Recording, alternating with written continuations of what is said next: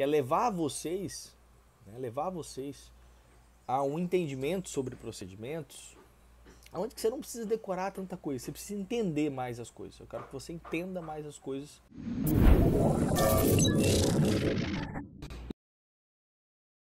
do que decore. E dá pra fazer isso.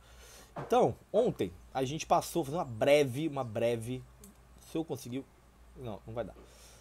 Não farei uma breve revisão. Já vou começar da onde a gente parou. A gente parou em mordedura. Eu falei pra vocês sobre aquele fluxogramazinho. A gente lembrou do acidente leve, do acidente grave, quando a gente vai fazer vacina e soro. A gente entendeu que isso é meio detalhinho, que o importante pra gente é identificar as coisas. Quem pediu o fluxograma eu mandei também. E aí, o outro caso que a gente vai começar é esse caso aqui, ó. Olha que interessante. Ó, deixa eu apagar os comentários aqui para vocês verem. Que é corpo estranho no ouvido. Corpo estranho no ouvido é uma parada que rola no PS, tá? E já tem de vários. Não só ouvido, né? Olha, um dos casos que eu... Foi mais não divertido assim, né? Mas assim, foi um caso que eu sempre lembro quando eu vou falar alguma coisa de corpo estranho no ouvido.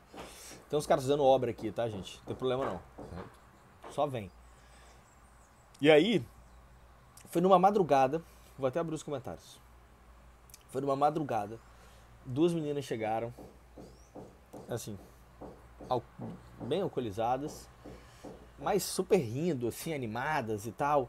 E elas tinham inventado moda de passar um piercing no meio da noite, no meio dessa madrugada. E aí o piercing, eu nem sabia na época como é que funcionava ali. E o piercing ele tem uma bolinha quando você vai passar pela primeira vez, né? Que tem que ficar do lado de fora da orelha, né? Só que na hora que elas passaram, essa bolinha ficou dentro. E aí, como não tinha feito um furo, talvez grande o bastante, elas não conseguiam tirar a bolinha. Então a menina chegou lá desesperada, porque tava com essa bolinha do piercing dentro da orelha. Tive que anestesiar, tive que tirar, fazer uma incisãozinha, tive que dar ponto. Puta, tem um trabalho do caramba pra fazer um negócio bonitinho, pô, na orelha, menina novinha. Mas deu tudo certo. Mas corpo estranho no ouvido já é um caso mais diferente. A grande maioria desses pacientes chegam pela manhã pra mim. Por quê? O cara tá deitado, o cara tá dormindo, né? Isso quando é inseto ou objeto. O cara tá dormindo e entra um bichinho no ouvido dele. E aí, na madrugada, ele já começa a ficar doido, de manhã ele acaba indo no pronto-socorro, né? Muitas vezes esse inseto, não é nem exatamente a dor, né? Mas pelo menos eu acho que é um incômodo, né? Os pacientes sempre relatam esse incômodo muito grande, né? Zumbido, barulho, eu tô sentindo ele andar, deve ser um desespero do caramba, né? Cera não, cera é o tipo de paciente que já tem. Ele costuma ter, ele costuma fazer, ele bate no pronto-socorro, ele já até sabe o que vai ser feito. Preciso de uma lavagem, eu tô com isso, tô com aquilo. É o tipo de paciente que eu atendo com cera, que eu já atendi com cera, tinha essa mesma história, né? E objeto normalmente é criança, aí é paciente pediátrico, porque um adulto não vai pegar, a princípio, uma bolinha do piercing, sei lá, ou um pingentezinho e vai colocar dentro do ouvido, né? Um adulto maduro dificilmente vai fazer isso, mas pode ser que aconteça. Então você tem aí 3 personas aí, né? Você tem um cara bem eletivão aí, que é o cara da cera. E, se você não fizer aquilo, mandar o cara pro otorrino, o otorrino fizer, não vai ter muitos problemas. O pediátrico, o menininho do objeto, não tem jeito, você vai ter que tirar, ou dar um jeito para tirar, ou chamar alguém que tire, mas...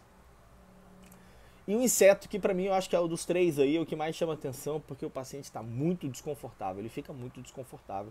Imagina você ter uma formiguinha, sei lá, andando, mordendo, dentro do seu ouvido. Terrível, terrível, terrível, terrível. Então, meus caros, qual que é a grande sacada aqui? Grande sacada aqui é você tentar tirar. Só que você tem que tomar muito cuidado em usar pinça. Porque quando você pega a pinça, imagina aí, tá o ouvido aqui. E aí aqui dentro tem essa bolinha que você quer tirar. Tá dentro do ouvido. Quando você pegar essa pinça para pegar aqui, se você não conseguir pegar, você vai colocar isso para dentro. Se você não consegue pegar, você empurra para dentro. Então, o que acontece? A gente, na maioria dos pronto-socorros que eu trabalhei, eu nunca vi uma pinça de tirar objeto, né? Que é uma pinçazinha que parece uma pistolinha, que tem uma garrinha bem fininha na ponta. Eu nunca vi essa pinça em pronto-socorro. Alguém já viu essa pinça em pronto-socorro? Manda um eu aqui pra mim. Eu nunca vi, tá? Já vi otoscópio, claro. Mas pinça pra para pegar. É uma pincinha que parece uma pistolinha, assim, você segura ela assim, ela é bem fininha aqui, e no final ela tem uma boquinha jacaré. Pincinha jacaré. A Catarina mandou aqui, massinha de modelar no ouvido. É, pode rolar também, né? Algo. Mas essa pincinha eu nunca vi. Eu nunca vi. Só a pinça aí, você pega uma Kellyzinha ou pega uma pinça anatômica. Se for uma coisa que você, assim, você tem certeza que você vai conseguir, né? Com a pinça Kelly eu já consegui tirar. Kellyzinha curva, bem fininha. Você vem aqui na parte, né? Encosta aí na borda do ouvido médio e faz o movimento de cavar esse objeto. Mas assim, não é a melhor maneira, vou te falar, porque é realmente difícil. Se você não ter essa pincinha, faz falta. Outra forma de você tirar um objeto, né, a depender do tipo de objeto, seria fazer uma lavagem. E a lavagem, ela vai funcionar também para o inseto. Ó, no PS que eu faço tem essa pinça, já vi retirada de bichinho com ela. Putz, que irado. Nossa, Júlia, você tá então em outro level da medicina. Outro level. Nunca vi essa pincinha, cara. Nunca tive a oportunidade de usá-la. Você tendo essa pincinha, você pode fazer a retirada direto, tanto do objeto quanto de um inseto, porque ela é feita para isso, né? Ela vai te dar segurança para você para você conseguir. Se você não tem, você pode fazer lavagem. De objeto é mais difícil sair, tá? Né? A depender do objeto, a depender do tamanho, né? Se for uma bolinha redondinha, você vai conseguir tirar com uma lavagem, né? O que funciona na lavagem? Qual que é a ideia da lavagem? Você vai colocar uma sonda dentro do ouvido e vai jogar soro. O soro vai bater lá no fundo do ouvido e vai voltar tirando essa bolinha, ou tirando esse objeto, tirando esse inseto, tirando essa cera. Esse é o motivo da lavagem. Você joga a lavagem, joga o soro fisiológico, ela bate no fundo, volta para ter que sair. Não tem como. A não ser que o cara tenha uma perfuração do tímpano, o líquido vai ter que voltar, né? O soro vai ter que voltar. Então, aí, o fundamento da lavagem é esse. Né? Esse aí é a parada que é o que funciona. Agora, como que a gente faz isso para inseto, por exemplo? Porque para inseto muda um pouquinho, tem algumas dicas da prática aqui que vale a pena. Por exemplo, a primeira coisa que você faz é o seguinte: pega o paciente, bota em decúbito dorsal, levanta um pouquinho a cabeceira. Eu vou até botar aqui para vocês começarem a ver. Pega o paciente, ó, decúbito dorsal, levanta um pouquinho a cabeceira. Aí o que você faz? Você pode usar abocate, você pode usar sonda uretral. Eu vou deixar esse vídeo em loop aqui. Você pode usar sonda uretral, você pode usar, cara, várias coisas aqui para você conseguir fazer. Ó, eu vou usar uma sonda, um abocatezinho, ó. Peguei um abocate bem fininho ali, ó. Um abocate bem fininho. Vou colocar o soro, de preferência, soro aquecido aí, tá? Vai facilitar muito o seu procedimento. Por quê? Se você fizer com soro gelado dentro do ouvido do paciente, vai dar uma vertigem absurda. Então sempre pede soro aquecido. E a lavagem segue desse jeito. Chegou, colocou. Simples, simples assim. Mas antes disso, qual que é a grande sacada aqui? Antes de você partir para essa lavagem direta, ou com abocate, ou com uma sondinha uretral, faça. Quer ver, ó? Deixa eu ativar os comentários aqui, ó. Antes de você fazer essa lavagem com a sondinha, pinga, por exemplo, 1 ml de pinga não, né? Você pode instilar junto na seringa 1 ml de lidocaína, você pode instilar Cerumin, você pode instilar vaselina. Por quê? Eu quero que com essa primeira instilação eu coloque o inseto ali no ambiente mais inócuo e ele pare de se mexer, ele até mesmo morra por asfixia, para parar de incomodar. Fica mais fácil também, o paciente fica mais confortável, fica mais suscetível. Então a primeira coisa que a gente faz, eu costumo fazer com lidocaína. Eu pego lidocaína, aspiro lidocaína gel, não é lidocaína 1%, 2% anestésica, lidocaína gel. Pego a lidocaína gel, coloco numa seringa dessa, 2 ml, coloco dentro do ouvido mais ou menos 1 ml de lidocaína. Além de dar um conforto ali anestésico, né, eu tento tornar aquele inseto inócuo, ele para de se mexer, ele para de andar e aquilo já ajuda bastante. Então outra coisa aí, uma cubinha ajuda bem posicionada abaixo da orelha, tá? Paciente num decúbito horizontal com a cabeceira um pouquinho elevada, assim. De preferência aqui, para ficar melhor, ele teria que ter virado um pouquinho mais a cabeça. Se ele vira um pouquinho mais a cabeça para mim aqui, fica mais fácil ainda. Não tem perigo do inseto ir mais para dentro, porque não tem como ele ir para dentro mais. Ele só tem, o ouvido é uma rua sem saída.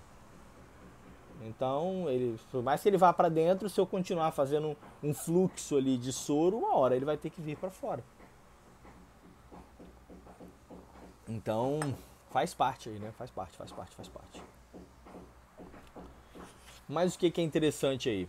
Ah, como é que usa a sondinha? Tá vendo a sondinha uretral ali? Eu acho que depois, é que esse vídeo só tem um trechinho. É só um trechinho aqui pra gente aprender como é que faz. O vídeo todo não é esse não. Depois eu pego aquela sonda uretral. Inchar e obstruir? Não. Não. Olha, outra coisa que você pode usar ali. Outra coisa que você pode usar é a sondinha uretral. Tá vendo a sondinha uretral do lado do campo azul ali, ó? Tem uma sondinha ali. Por quê? Só que essa sondinha você vai ter que cortar a ponta dela, porque você não vai usar a sonda inteira. Então você corta a ponta dela, né, e você coloca a sondinha. Tem que ser uma sondinha 4 ou 6. Tá, você pode fazer óleo também, né? Você pode fazer lidocaína, você pode fazer xilocaína, você pode fazer uma série de medicações ali antes da lavagem para você facilitar isso aí. E se acumular um pouco. Jess, na verdade assim, se você tem uma via íntegra aí do ouvido, você não vai ter acúmulo de soro depois do tímpano, não tem como. Tá? É uma rua sem saída aí. O ouvido médio é uma rua sem saída. Não vai passar para lá. Ele não vai começar a engolir isso não. Você vai ficar, vai voltar. Tudo que você colocar vai voltar. Tudo que você colocar vai voltar. Claro. Gente, pensa o seguinte. O cara tá com uma barata dentro do ouvido. Uma barata dentro do ouvido. Você tá trocando uma barata por um pouquinho de soro e por um pouco de náusea. Por um pouco de vertigem pro paciente. O cara tá com uma barata dentro do ouvido, galera. Tem que arrancar, tem que tirar aquilo ali. Um desespero que tá dando pro paciente.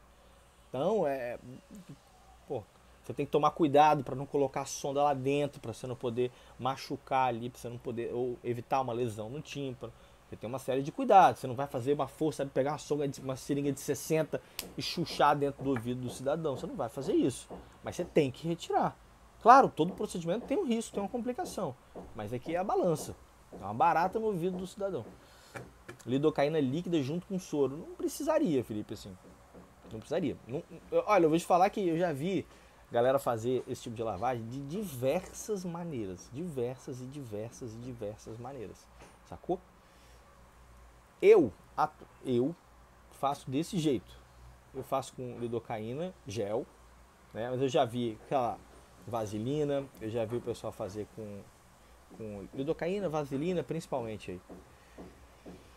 E aí você coloca ou direto na seringuinha mesmo, uma seringuinha de 3 ml, já lá e coloca, ou você pega o abocatezinho, ou você pega a mesma sonda a sonda uretral que você vai fazer e coloca lá. Então assim, você faz a instilação direta antes de você fazer a lavagem. Isso facilita porque você quer matar o bicho, você quer deixar ele inócuo, quer deixar ele parado, você quer deixar ele englobado. Isso vai facilitar o paciente a colaborar com a lavagem. Que a lavagem ela vai ter sucesso, né? Pode ser que você não consiga, pode ser que você não dê certo ali, mas você precisa de colaboração. Às vezes você vai precisar de usar 10, 20, 30, 40, 60, 70 ml de soro até você conseguir retirar. Quanto menor o objeto, quanto mais colaborativo o paciente for, quanto melhor você conseguir introduzir a sonda, né? Quanto mais certo você for conseguir introduzir a sonda. A introdução dessa sonda, ela tende a ideia que você faça é em direção posterior do ouvido, então nunca em direção reta, né? Nunca vamos dizer, nunca colocar na frente do ouvido, tentar entrar e colocar mais posterior. Você quer exatamente isso, né? Você quer jogar o soro para que ele faça um movimento de parede, uma onda, e cria uma onda dentro do ouvido, né? Então você joga sempre ele mais posterior à sondinha. Uma série de dificuldades, né? Bichinho, inseto, às vezes machuca. Então o cara já está sensível. Ele já está sensível. Cara, se ele tiver histórico de lesão timpânica, você pinga, por exemplo, uma lidocaína, né? Deixa ele confortável, vai matar o bichinho e manda ele pro otorrino, porque isso não tem uma urgência, entendeu? Então não precisa também se preocupar. Inclusive, o incômodo maior aqui é realmente do bicho, do inseto vivo. Esses objetos, qualquer outro objeto, a sensação que dá normalmente é de, sei lá, de uma sensação de abafamento de audição ou de um incômodo tipo zumbido, mas discreto quando é um objeto, né? Uma sensação de peso no ouvido, mas é discreto. Agora, quando você tem um inseto ele batendo asa e voando, aí é realmente perturbador. Então a grande urgência dele, o desespero dele ali maior é por causa desse sintoma. Então, se você consegue ali quantidade de lidocaína, 1, 2, 3 ml no máximo de lidocaína gel, você consegue matar esse inseto, tornar ele inócuo ali dentro, ele parar de se mexer, parar de bater as asinhas, parar de morder, ele já acalma, o paciente já fica já muito mais confortável. Muitas vezes ele acha, parece até que saiu, parece até que saiu. É muito comum, porque ele fica muito mais confortável. E aí você consegue, por exemplo, ligar para um colega da otorrino, por exemplo, pedir para descer alguém. Se você tiver essa pincinha, ir lá com a pincinha, tá? E outro ponto aqui. Vocês estão perguntando sobre tímpano, estão muito preocupados com relação a tímpano, mas o primeiro passo, quando a gente tem um relato, é porque eu fugi do slide aqui, eu fugi do slide para mostrar o vídeo e esqueci de colocar isso. Primeiro ponto que a gente tem é o relato mais o que, e vem o que? Otoscópio. Então, assim, o paciente te conta, você suspeita e otoscópio, tá? Otoscópio, não tem como você fazer isso às cegas. Então, o próprio otoscópio, muitas vezes, né, no próprio exame físico, ele já te entrega a integridade do tímpano, ele já te entrega a lesão, ele já te entrega o tipo, ele já te entrega, inclusive, você vê o bicho andando, dá pra ver. Então, lembrem disso. Então, assim, não é tão problemático assim, não é tão arriscado assim, não. Se você não tiver um otoscópio, aí você pode ir na cara e na coragem aí, se você achar que o paciente estiver muito desconfortável, se for um inseto. Se for ser e objeto, aí, se você não tiver sem otoscópio, manda para o otorrino, não tem problema. Pegaram aqui? Entenderam essa parada? Ó, o paciente vai chegar para você com uma história que tem uma parada no ouvido. Aí você vai pensar, pode ser cera, pode ser objeto, pode ser um inseto. Já te dei até a ideia do perfil do paciente. Objeto criança, cera é um cara que costuma ter isso, né? E inseto às vezes é o cara que não tem nada a ver, né? Tava dormindo, aí pode ser todo mundo. O que você vai fazer? Pega o otoscópio, vou checar. Consigo ver, identifico o objeto, identifico o inseto. Primeira coisa que eu faço, torno, se for objeto, não. Se for inseto, sim. Torno aquele inseto inócuo. Como que eu faço isso? Instilando lidocaína, instilando vaselina, né? De preferência lidocaína gel, tá? Não lidocaína anestésica, não confunda. Lidocaína gel, 1, 2 ml, instilo com um abocate, posso usar um abocate de um catéter 22, um abocate de um catéter 18, ou uma sonda uretral 4, 6 cortada na ponta, para eu conseguir colocar. Faço essa instilação, aguardo, peço soro fisiológico morno. Esse paciente vai ter vertigem com soro fisiológico gelado, vai ter nistagmo, tá? Então, soro fisiológico morno. Vou lá, boto numa cubinha, aspiro 10 em 10 ml, 20 em 20 ml, coloco o paciente em decúbito dorsal, a cabeça um pouquinho elevada, virado um pouquinho para o lado onde você quer lavar, coloca uma cubarrinha embaixo, posiciona a sonda mais posterior no ouvido, faz uma instilação com uma força contínua e nada absurda, com força e contínua, e vê a saída do líquido. Beleza? É assim que você resolve o causo, meus caros. E aí, temos outro caso de corpo estranho. Esse aí também é um caso que rola no PS direto também. Tá? Esse tipo de paciente. Aí é legal, tem 3 tipos de. Eu gosto também dessa coisa de jeitão dos pacientes, entendeu? Eu gosto quando eu estou estudando alguma coisa para prática, de tentar entender qual é o jeitão do paciente que chega. Por exemplo, esse jeitão aí, só esse raio-x aí, a moeda. Quem que engole moeda? Manda aí. Manda pra mim quem que é a pessoa que mais engole moeda. A pessoa. Quem que é o perfil de paciente que mais engole moeda? Manda aí. Opa. Tô off aqui, gente. Aí. Voltou. Isso aí, criança, exatamente. Engoliu moeda, engoliu tercinho, engoliu carrinho, engoliu rodinha do carrinho, engoliu tercinho. pingente, mas que garfo, pedaço de garfo, tem mais, pilha, imãzinho, aquele imãzinho de brinquedinho. Mágico, verdade, meu caro. O mágico é um belo, né, engolidor de moedas. Aí, meu amigo, bateria de brinquedo rola bastante. Criança, então, a população pediátrica é a população que mais vai ingerir, que vai mais dar entrada no pronto-socorro com ingesto de corpo estranho. Tem 3 outras populações que é legal a gente falar. Um eu vi vocês falando ali, que é o paciente com algum grau de deficiência, algum grau cognitivo, né? Alguma alteração de surto psiquiátrico. Há também esse tipo de ingesta. Há ingesta acidental por drogas também, que é uma coisa que é interessante a gente lembrar. E no adulto, o que a gente tem mais de corpo estranho é espinha de peixe, osso de galinha, são objetos, né, da própria alimentação, né, que ou geram impactação ou geram lesão. Diferentemente de uma criança que pega um objeto estranho, né. Esse fluxograma aqui, para mim, é o fluxograma que resolve qualquer problema em relação a corpo estranho. A gente vai passar por ele enquanto a gente vai revisando aqui. Então você tem um paciente que chega para você no pronto-socorro te dizendo, né, a mãe relata que a criança fez uma ingesta de uma moeda, ou ingesta de um tercinho, ou de um pedaço de garfo. Uma pergunta que você pode se fazer é o seguinte: qual a diferença de uma moeda para um garfo de plástico? Eu já atendi os dois, moeda e pedacinho de garfo de plástico. A moeda, ela é radiopaca, ok? A moeda é radiopaca. Se eu fizer uma radiografia, né, eu vou ver a moeda, beleza? Se eu fizer uma radiografia de um pedaço de garfo, eu não vou ver um pedacinho de garfo, possivelmente, tá? Então, a primeira pergunta que você pode se fazer é essa: eu tenho um objeto radiopaco ou radiotransparente? Por quê?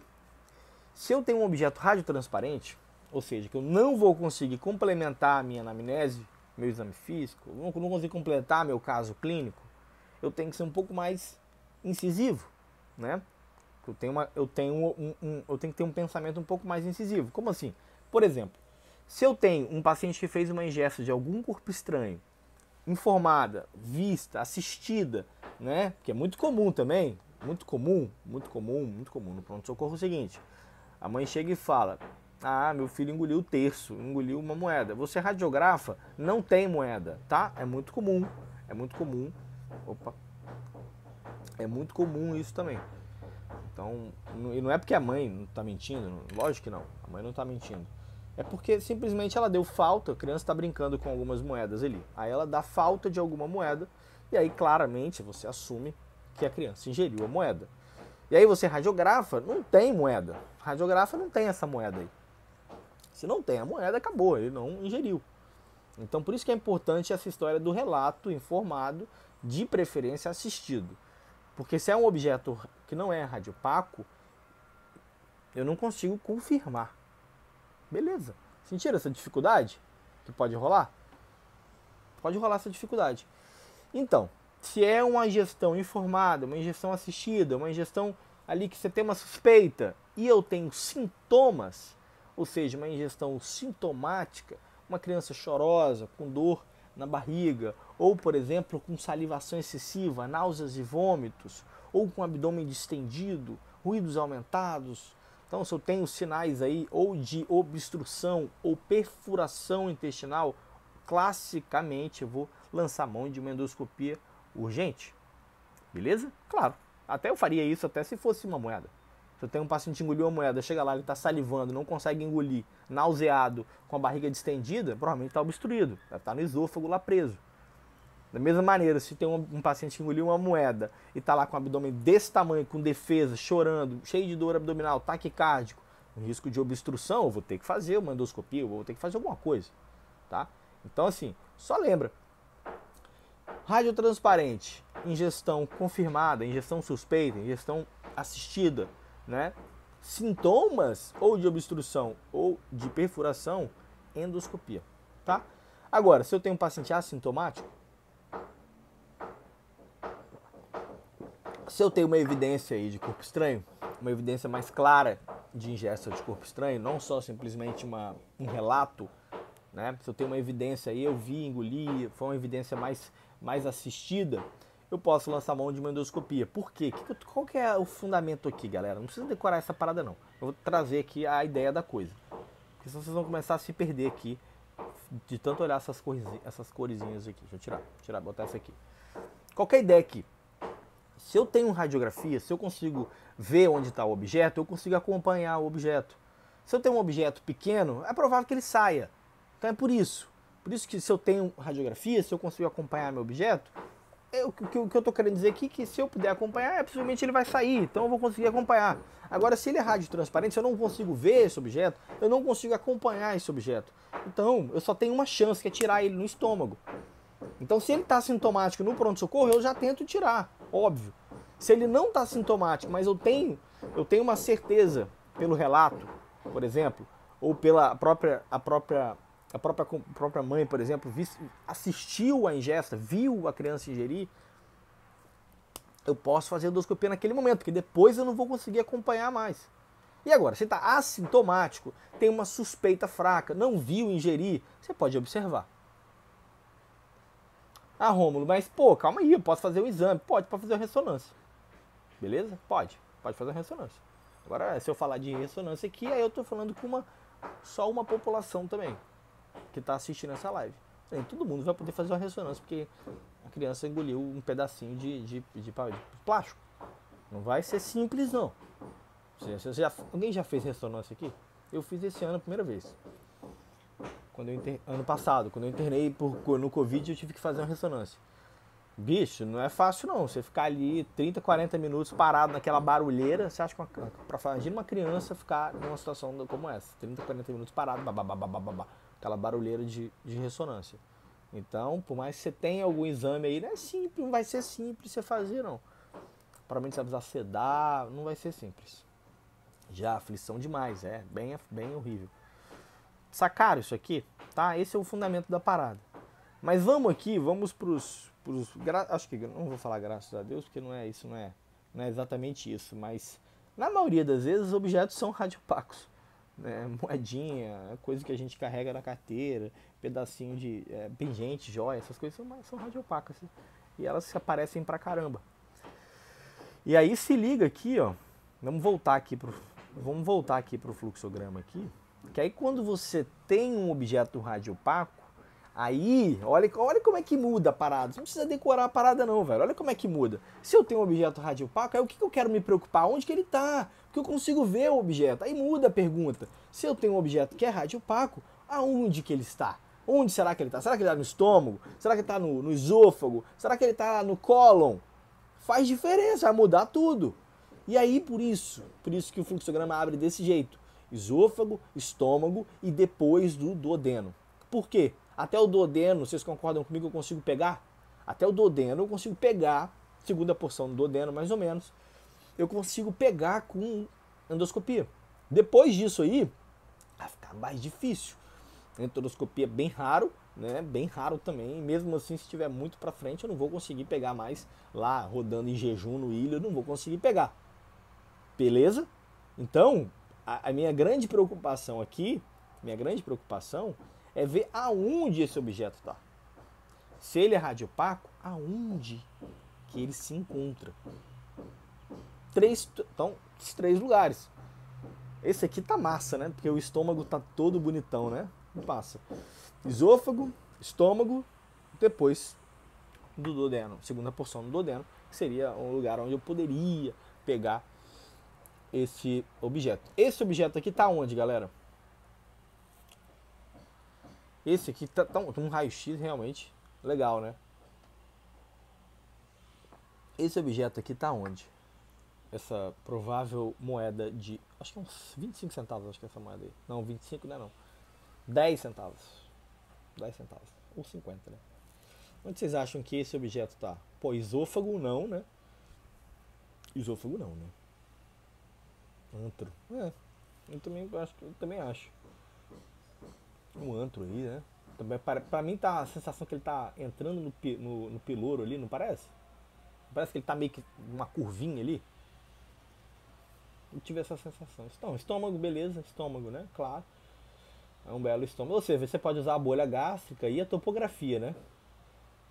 Piloro eu pensei nisso, já. Parece, né? Tá a sensação que tá, né? Sim, é. Mas assim, não é uma. Não teria muita diferença aqui. Eu estou aproveitando pra gente botar mais opiniões na imagem. Às vezes não vai ser tão fácil assim. Porque essa bolha gástrica tá linda, né? Tá. Sabe por quê que. Cara, eu tava pensando aqui agora.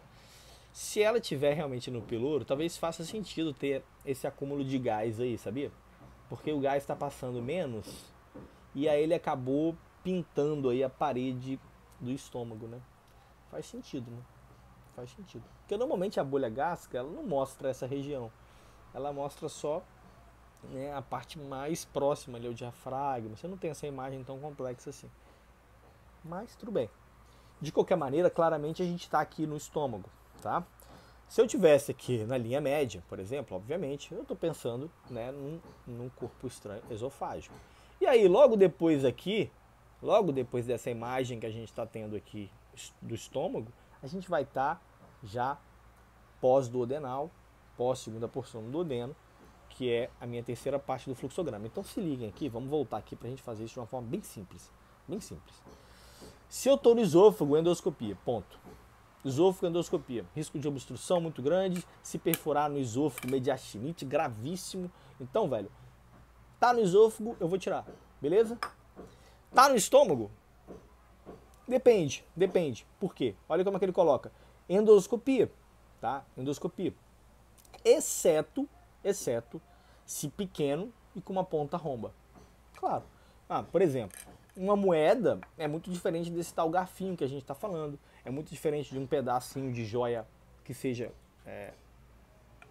por exemplo, pontiagudo. É muito diferente de uma moeda muito grande ou de uma coisa muito grande.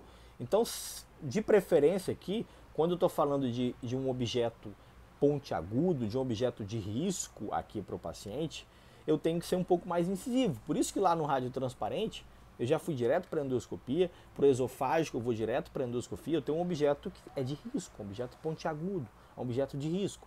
Né? No gástrico a mesma coisa, a não ser que ele seja um objeto rombo, um objeto pequeno, por exemplo, uma moeda. Se for uma moeda, eu poderia acompanhar. Beleza? Se eu estou distal ao duodeno, ou seja, se eu já passei, né, dessa segunda porção do duodeno, se eu for sintomático, classicamente eu tenho que operar, como eu te falei, uma enteroscopia é muito complicado, uma coluna uterica eu não conseguiria pegar também no meio do jejum, nem no final ali do meio do ilho. Então, se eu tiver sinais de perfuração, como eu te falei, imagina um paciente que começa a taquicardizar, começa a chocar, por exemplo, um abdômen bem distendido, defesa abdominal, não tem jeito, esse paciente pode ter feito uma perfuração abdominal, a radiográfica está cheia de nível, se ele tiver uma perfuração não vai ter jeito, é laparotomia. Distal, se ele está depois do duodeno, mas não tem sintomas, está assintomático, eu vou ter que acompanhar esse paciente, radiografia seriada, né? Radiografia seriada. E no momento que ele se torna sintomático, né? Se ele se tornar sintomático, eu vou acabar ou tendo que fazer uma cirurgia ou tentar uma enteroscopia. Mas, de qualquer maneira, como eu te disse, né? A enteroscopia tem suas limitações aí. O fundamento da coisa é o seguinte, frente a um objeto pontiagudo, um objeto grande, né, numa criança, eu tenho que sempre pensar no risco de obstrução, risco de perfuração. Então essa é a sua preocupação maior. Se é esofágico, meu risco de perfuração é muito grande no esôfago, objeto já pontiagudo, risco de mediastinite. Então, cara, endoscopia. No estômago, endoscopia também. Risco de perfuração muito grande. Agora, se eu tenho um objeto de ponta romba, um objeto pequeno, objeto circular, né? Tem alguns esse próprio fluxograma aqui que é da ESC,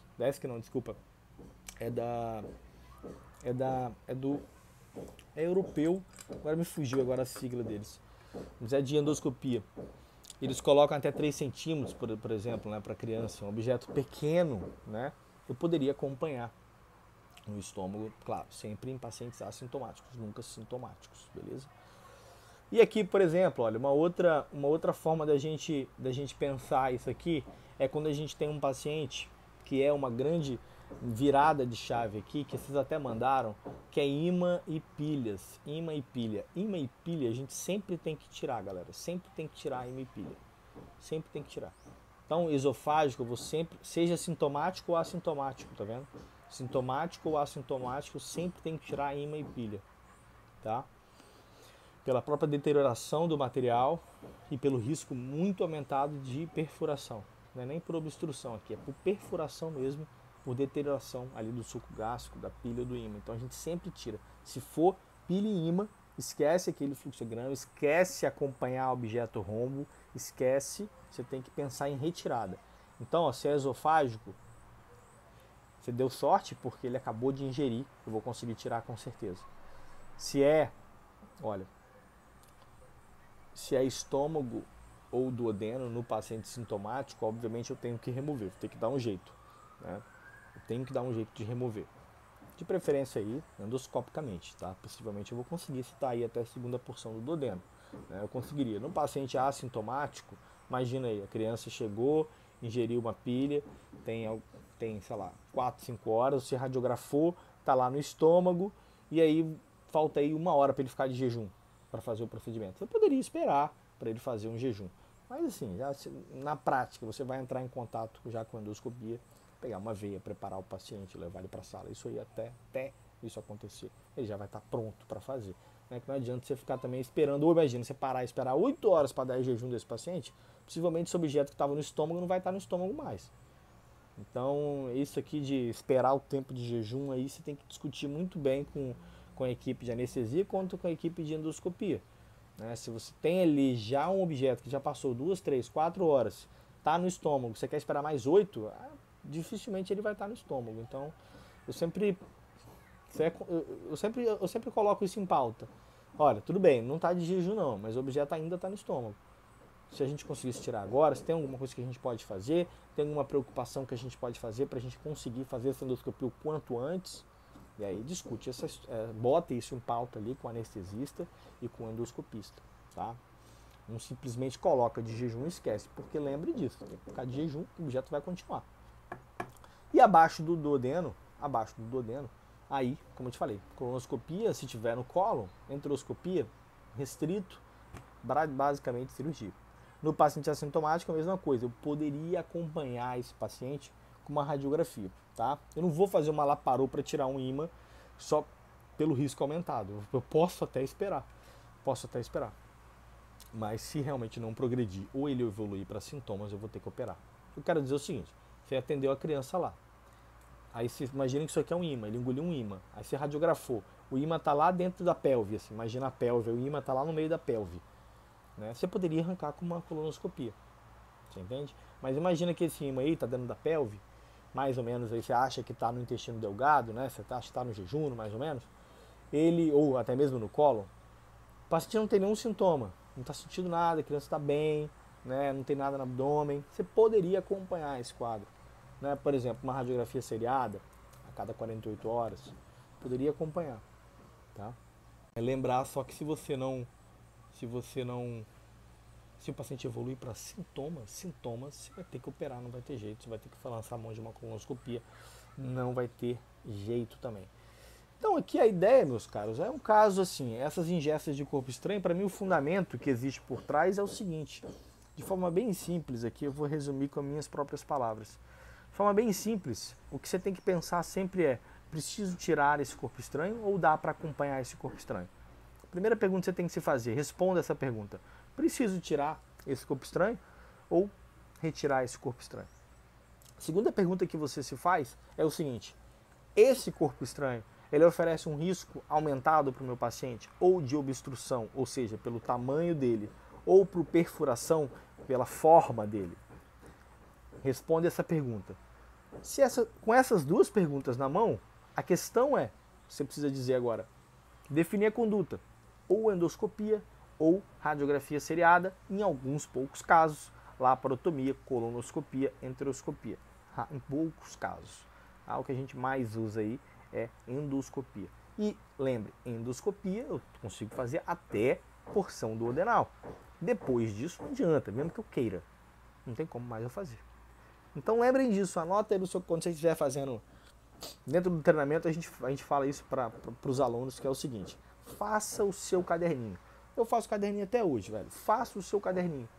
Tem que ter um caderninho para você estudar as coisas na prática. Não é para você pegar o livro e escrever palavra por palavra do livro. Você grifar, não, cara, você tem que pegar um capítulo de 15, 20 páginas e conseguir resumir ele num trecho. Você tem que conseguir resumir um capítulo inteiro num trecho. E isso é um bom caderninho. Você vai anotar ali exatamente o que você precisa de lembrar, o que você não pode esquecer. Então faça um caderninho.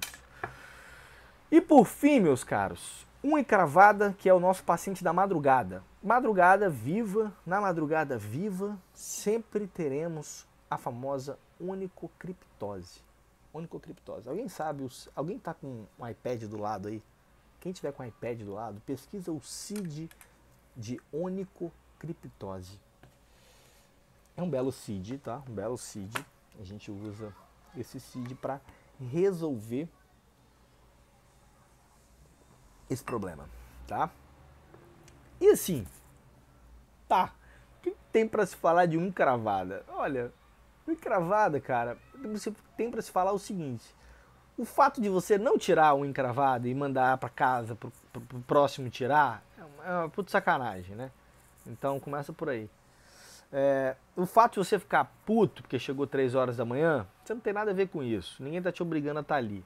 Você tá ganhando para estar ali. Então vai lá e faz, seja 3, seja 5 horas da madrugada. Não tem nada a ver com isso. Não entra naquele mimimi não de, porra, 3 horas da manhã vem esse cara aqui que você pensa que porra, que maluco. Não, você não tem nada a ver com isso, cara. Então vai lá e faz, velho. Vai lá, calma seu coração. Aquece seu coração. L60. Dá uma olhada então, vocês que estão aí. Olha aí, distrofia ungueal. Distrofia ungueal. Esses são os sítios que eu mais uso aí pra... Porque tem umas unhas encravadas que não é bem unha encravada não. O negócio já virou uma outra parada, né? Tem um caso no CF, inclusive live de hoje à noite sobre carreira, a gente vai abrir o CF. Tem uma live do CF que eu boto uma unha, mas é uma unha, mas assim, a unha assim, outro estado de unha, tá ligado? Ela tá totalmente detonada. E L60.3, esse CID também é top. Ó, dica de CID aí, ó, L60 e L60. Distrofia unha, sei lá, o negócio é distrófico. Tem unhas que a parada fica em outro estado de deterioração. É uma unha, bicho, realmente bichada. Essa unha aqui tá de boa, tá? Então vamos papo sério aqui. Papo sério, a gente tá nessa gastação. Onicocriptose, beleza, vamos dizer que você queira fazer uma exéreas ungueal. Você vai ter uma cantoplastia. Você tem 2 indicações básicas. Ou criptose da unha, né, mau crescimento, né, dor, desconforto, né, até mesmo doença, micose, você poderia retirar a unha por causa disso, ou infecção, igual o caso que a gente está vendo aqui. Então a gente tem um caso aqui, ó, que não está infectado, é uma onicocriptose. Você tem um caso aqui que é uma onicocriptose, mas tem infecção. Aqui no preto, o famoso granuloma que acontece, né, uma cicatrização exacerbada, né. Então é aonde você precisa retirar. Jeitão do paciente típico, mulher que faz o pé. É o paciente típico, né? Esse é o paciente típico. Mas acontece, essa unha que eu tirei que foi brabona, braba, que eu botei no CF, é uma unha de um garotão, um cara novo, assim, um cara de 12 anos. Ele deu uma topada, a unha dele nunca mais foi a mesma. E provavelmente não vai ser a mesma, nunca mais, porque a unha dele ficou brava. Inclusive, ó, eu vou colocar um trecho aqui pra vocês. Eu tenho um pedacinho aqui, Duda, do vídeo. Eu vou colocar um trecho pra galera, mas antes, então, onde eu tava? Sim, tava nas indicações, né? Onicocriptose ou infecção. Se tiver um quadro de infecção, tem uma condutinha aí que a galera manja, que a galera faz, pra quem é do CF também, quem é do CF já viu esse vídeo aqui. Esse vídeo aqui é um vídeo especial, velho, um vídeo especial. É o vídeo que eu ensino a fazer um curativo tópico pra unha encravada. Mas é o curativo tópico. Quem é do CF aí, manda aí. Você já viu. Dudinha talvez tenha visto essa dica do curativo. E dá pra você fazer isso também. Tá? Dá pra você fazer isso. Dá pra você fazer antibiótico terapia sistêmica, você tendo uma infecção ali, um belo curativo e acompanhar por 72 horas. Tem uma melhora da infecção, melhora do granuloma, cara poderia acompanhar com um podólogo para fazer essa correção sem precisar arrancar a unha, tá? Tem como, tá? Mas assim, bota na balança aí, tá? Bota na balança quando você estiver no PS. Aí, Ruby já viu essa... esse curativo é top, galera. Esse curativo é realmente um curativo quando recorrer ao PS não ao podólogo, né? Então, infecção, com certeza. Se tiver infecção. Infecção, no mínimo, calor, rubor, né? Se você tiver esse tipo de coisa, não tem jeito, você vai ter que... Você vai ter que ir ao pronto-socorro, né? Um antibiótico, que seja pelo menos tópico, mas você vai precisar. Agora, se não, aí do dia mandou um é top mesmo. Assim. Esse curativo é um curativo para resolver os dedos encravados, as unhas sofridas e essas situações, entendeu? Então eu vou colocar um trechinho aqui, galera. Eu vou colocar um trechinho porque a gente já tá no tempo e esse vídeo aqui é um vídeo muito longo. É um vídeo muito longo. Essa aqui, esse é o caso do CF. Esse é o casinho do CF.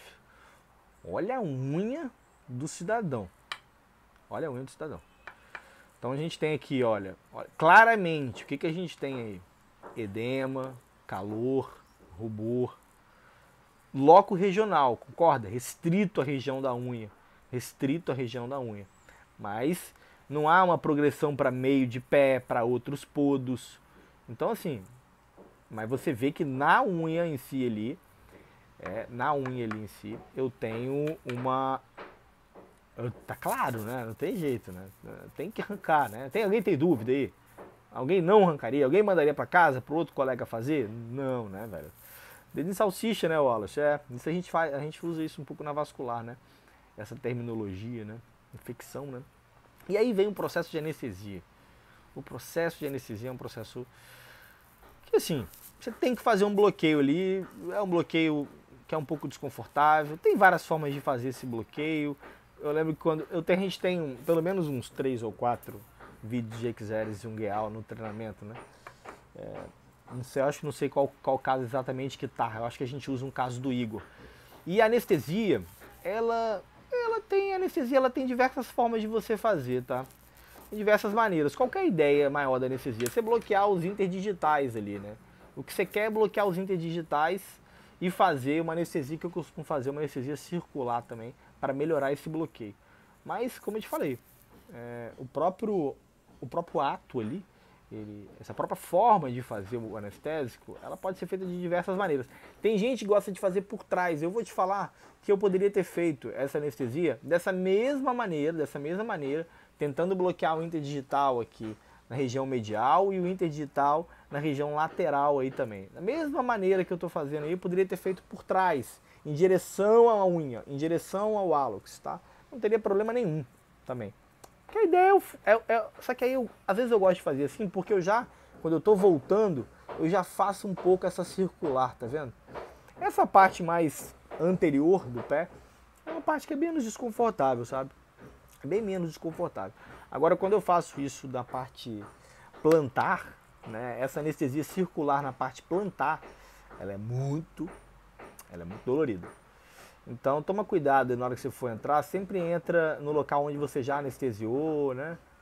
Pra você evitar um pouquinho a dor. Você vê que dá um incômodozinho, né? Não tem jeito. Tem um incômodozinho, um gasezinho. Faz essa massagem. Essa massagenzinha é uma massagenzinha assim, né? Quase que pra benzer, mas realmente pra você divulsionar um pouco aquele anestésico ali, para que você tenha uma situação melhor. E agora, quando você vai fazer essa parte mais anterior, já é um pouco mais dolorido, te ajuda a fazer o anestésico de uma forma mais lentificada, né? Quanto menos força você coloca na seringa, menos incômodo você vai causar para o paciente, tá? Mas essa região plantar é uma região um pouquinho mais álgica. Nem todas as vezes, tá, galera? Nem todas as vezes você vai ter tanto desconforto para fazer. Tem paciente que tolera melhor, tem paciente que você consegue fazer um bloqueio inicial melhor, tá? Esse bloqueio, o bloqueio anterior, né, quando ele é bem feito, quando você consegue fazer ele de uma maneira efetiva, essa parte é a parte que mais incomoda. Essa região interdigital aqui é uma parte para você fechar o círculo aí, é a parte que mais incomoda. Mas quando você faz um bom bloqueio, ele te entrega já uma analgesia. Então, se você, dependendo, se você fizer essas duas, quando você está querendo fazer o interdigital, se isso não ficar legal, você pode voltar e fazer mais anestésico ali. Por exemplo, você viu que meu lado aqui medial do hálux, ele ficou bem anestesiado, ele praticamente não sentiu nada. Mas quando eu fui fazer desse lado, o lado mais lateral do pé, ó, ele tem incômodo ainda, ó. Até que não, eu mexi um pouco anestésico ali, melhorou um pouco mais, tá? Mas você vê que aí não tem muito o que fazer, gente, não tem muito o que discutir aqui. O fundamento é esse, né? Tem algumas formas de você fazer, mas a ideia é essa. Sacaram? Vou deixar um trechinho só para dar aquele gostinho top. Esse bloqueio anestésico aí, ele basicamente é o que vai mudar de procedimento para procedimento. Depois a gente entra para exérese direta. Eu queria deixar o vídeo todo para vocês aí, galera, mas desculpa, eu tenho que sair, eu tenho um compromisso agora. Então a gente já chegou aqui no nosso máximo. Esse é um dos vídeos que a gente tem no CF, é um dos vídeos que a gente tem no treinamento também, onde a gente faz essas discussões mais abertas. Espero que vocês tenham gostado dessas lives de procedimento, uma coisa bem prática, uma coisa bem direta. Estou fazendo puro, Antônio, tô fazendo lidocaína aí, 1%, provavelmente sem vaso, sem vaso, né? Não diluir não, 20 ml dá para fazer tranquilo, 20 ml para uma pessoa de 70 quilos, bem confortável. Isso aí, tá assim, é uma bela live pra gente fazer tomando café, eu também estou tomando meu cafezinho aqui, vai rolar uma CT agora, pra essa galera aqui que tá aqui, que nunca viu nada aqui no PS Zerado, se por acaso você é novo aqui, bicho, sai daqui, clica lá no link da bio, se inscreve no projeto PS Zerado, participa com a gente desse evento, vai ser inédito, vai ter um monte de coisa maneira. Esse tipo de conteúdo é o tipo de conteúdo que a gente faz no CF, são todas essas lives que eu fiz são casos do CF, onde a gente discute, a gente bota o procedimento, por isso que a gente vai abrir o CF hoje, tá? Hoje a gente vai abrir, depois da live das 9 horas a gente vai abrir, então se você tá a fim de entrar, se liga para entrar, é isso, é só isso que rola no CF, é procedimento, é caso, sei lá, caso que a gente tá vendo na prática, ligar uma bomba, mexer no ventilador, punção, toracocentese, tem um monte de coisa de sutura, drenagem, bicho, é procedimento, é prática, desenvolver raciocínio clínico, é o que a gente quer aqui fazer para vocês. Espero que vocês tenham curtido essa live, meus amigos. Eu curti bastante, uma pena que eu tenho que ir embora, porque eu tô no meu horário aqui, mas tenham um bom dia, se cuidem, tá? E até às 9 horas da noite. Beleza? Beijos. Faz o seguinte, eu vou botar essa live no YouTube pra vocês, beleza? Aí depois a galera assiste, fica mais de boa. E... tem altas perguntinhas aqui, né? Nem pude ver. Vou responder vocês aqui, vou responder as perguntinhas. Eu nem vi que tinha um monte de perguntas aqui que vocês mandaram na caixinha. Valeu. Vou responder todos vocês. Partiu o CT, Luquinhas, partiu o CT. Vou aqui pra praia, né? Praia de Cambori. Vou fazer um CTzinho aqui, só pra vocês darem uma olhada aqui, ó. Tá on. Valeu, até.